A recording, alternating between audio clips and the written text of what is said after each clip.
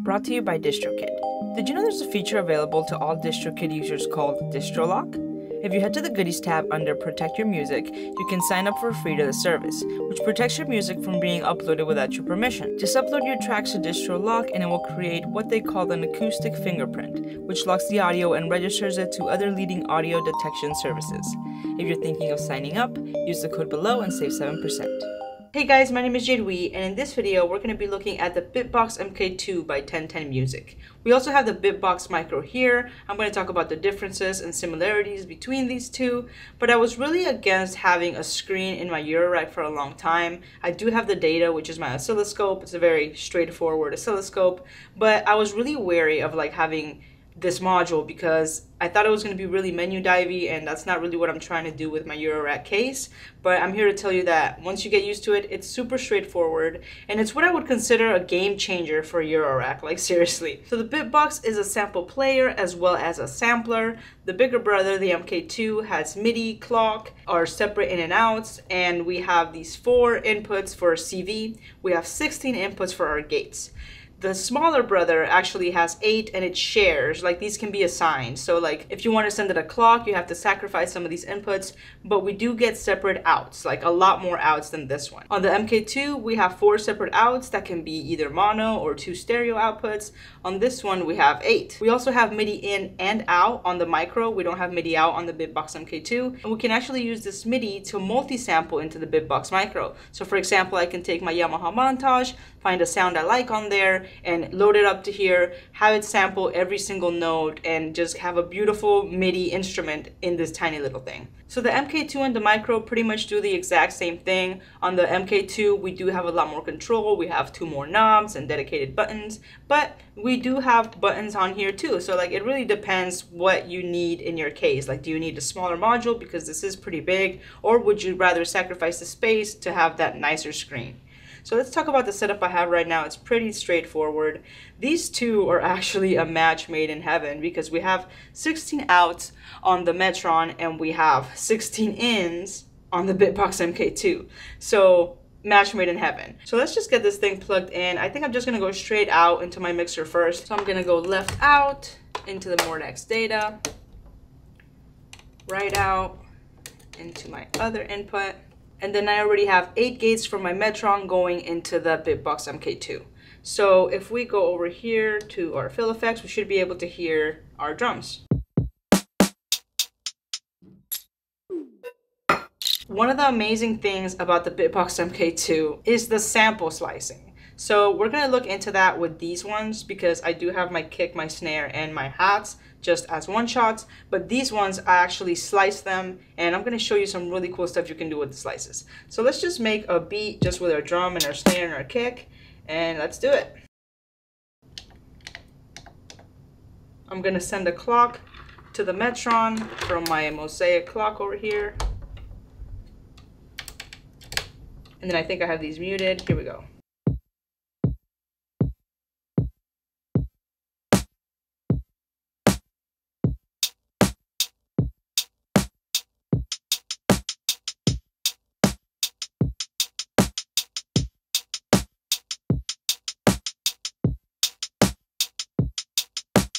Alright, so already we have a pretty dope sounding drum beat. One of the cool things about this is that we have so many cool fill effects, so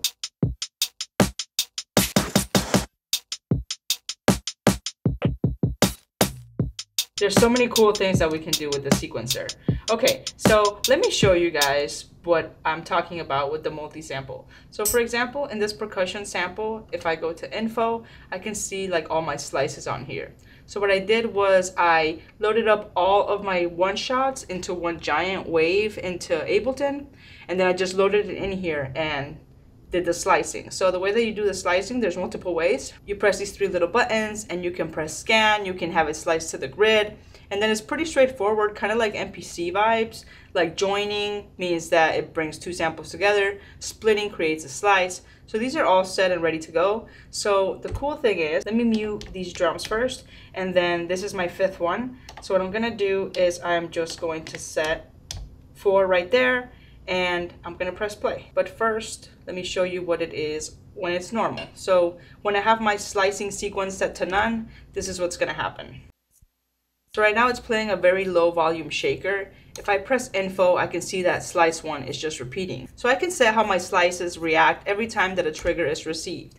Over here in position, if I go all the way down, it's showing me the slice sequence. So right now it's set to none. If I change it to forward, it's gonna play a new slice every time it hits a gate. Look at that. How cool is that? Okay, we can also set it to backwards, or my favorite, random. And then we also have one more, I believe, stagger, which repeats a few, kind of like jumps back and forth. So let's set it to random, and then let's add more gates.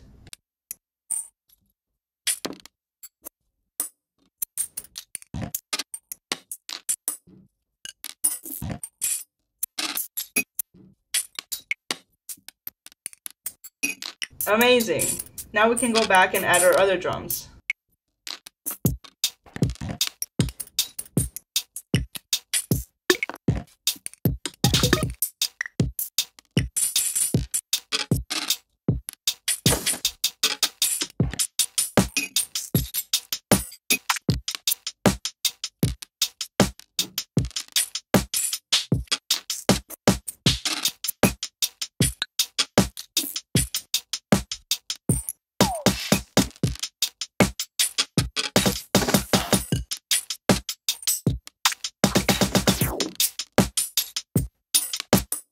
Amazing. Having this much power in Eurorack form in one module, game changing. Okay, let's go ahead and mute these so I can show you how cool this is if we do this slicing on a melodic sample. So I'm gonna load a new sample onto here.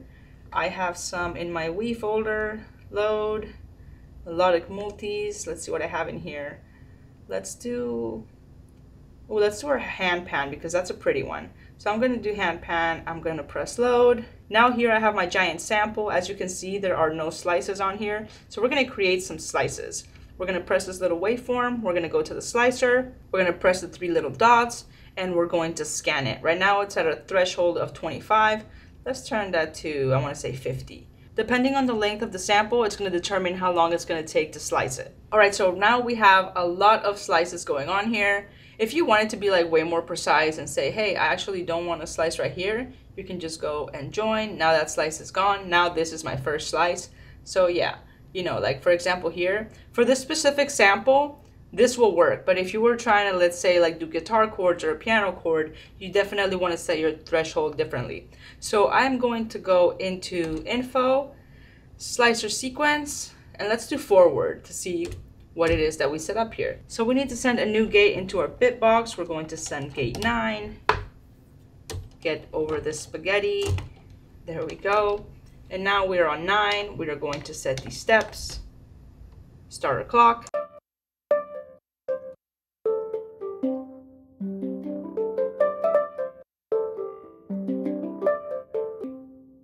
So right now it's playing forward. Let's set this to random.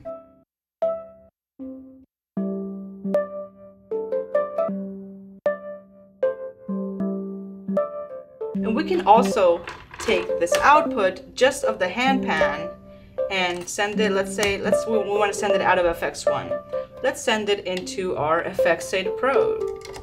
And then let's go stereo out of our FX8 Pro into our mixer.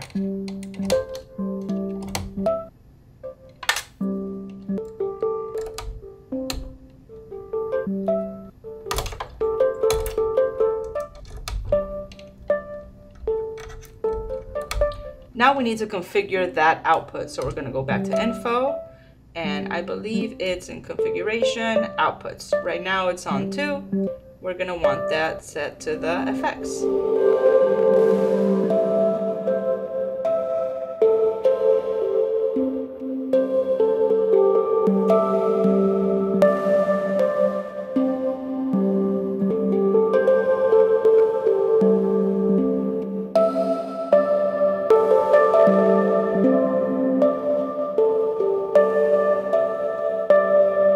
Can go back and add our drums.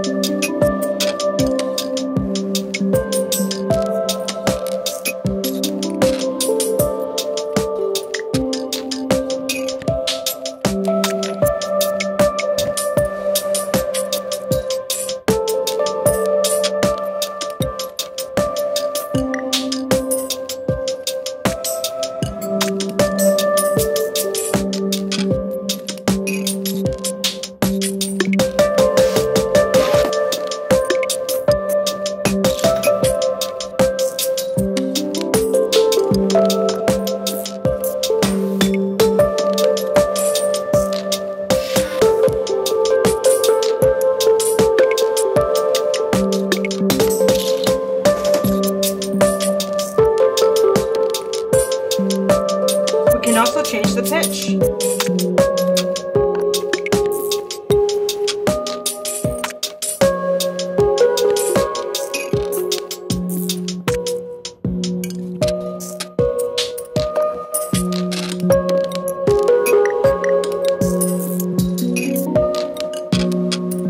Filter and resonance.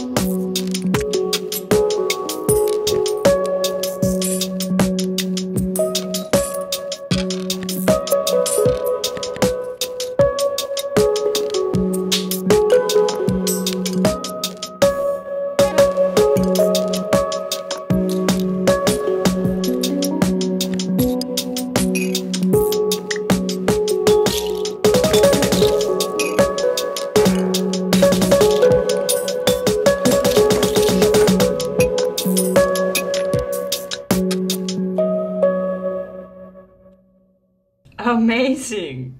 Like, tell me this is not amazing, because this module, like I said, it's a game changer for Eurorack. Let's do another sample because this is just so much fun. Okay, I'm going to change the sample. Let's do one of our koto sample packs. You can get these on my website. Let's do a dark koto. All right. Again, we don't have any slices on here. Let's go ahead and set our slices. Scan. I'm going to set the threshold. Let's set it a little bit lower. Let's do 20. So we were on track 9. We have it every 4. Let's do it every 2 to see where we're at.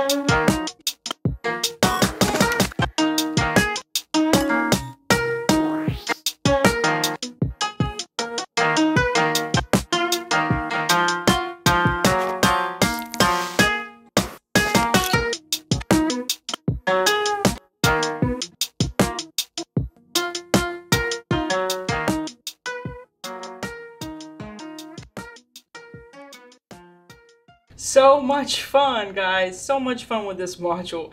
It really is like one of my favorite modules. And like I said, I was really skeptical at first about having a screen in my Eurorack because I didn't really want to be menu diving. It wasn't the vibe I was trying to go for. But this thing is so straightforward. And as you saw, like these knobs let us control most of everything. So when I touch over here and this purple square surrounds this side, these 4 knobs control everything over here. So I don't even have to use my touchscreen like that. When I'm over here, now this has transferred over here, and like I can scroll through all of these with these knobs. So like you're not really touching the screen that much, only when you're like zooming in and out to do this, and even then like it's a very responsive screen. So it's not like a bad vibe coming from this module, like only good vibes, and super useful having something like this in Eurorack. Because yes, Morphogene is cool, but when you want to get like more precise sampling, I mean slices and being able to do all that like on the spot, like look how on the spot these slices were. And if they weren't, like we could go and add more slices or move them around, but like that's on point. Like look at that. So we didn't even really have to go and edit our slices, like everything was pretty much on point. Like over here you saw I made a mistake, like it had the 2, but we didn't even notice because like it was just such a vibe just jumping between the samples. But if this does happen and you don't want this to happen, all you have to do is go here and just get rid of these by pressing join, and then we can make a new slice right here. Boom. Simple as that. How cool is that? So let me know what you guys thought about the Bitbox. I have really been enjoying it. Let me know which one you opted for, because I got these 2 trying to like figure out which one I wanted to keep. And at first I'm like, oh, definitely the bigger one because of the screen. And yes, I do like having these 16 gates like available with this. But I can definitely see like the use of this in a smaller system, especially like if you don't have a lot of real estate to dedicate to bigger modules like these. This is going to be just as good. We get 8 gates, which is more than enough for our kick, snare, hats, and like percussive samples or even other samples. And if you're really trying to like go that extra mile and send things to separate outs, this is definitely a winner over this one. But if you do need the more gates, the better control, the MKII makes more sense. But they're both like super powerful. They both have the same exact firmware, and you can even change the firmware to like the toolbox and the FX box. But the Bitbox, definitely a game changer for sampling and for Eurorack in general. Let me know your thoughts below. That's it for today, guys. I hope you enjoyed this video. If you want to see more videos like this, consider becoming a patron. You get all of my music, sample packs, patch notes, downloads to exclusive content. If you guys want to support the channel in another way, you can do so by becoming a member or by checking out the links below. That's it for today. Stay fly, and I'll catch you in the next one.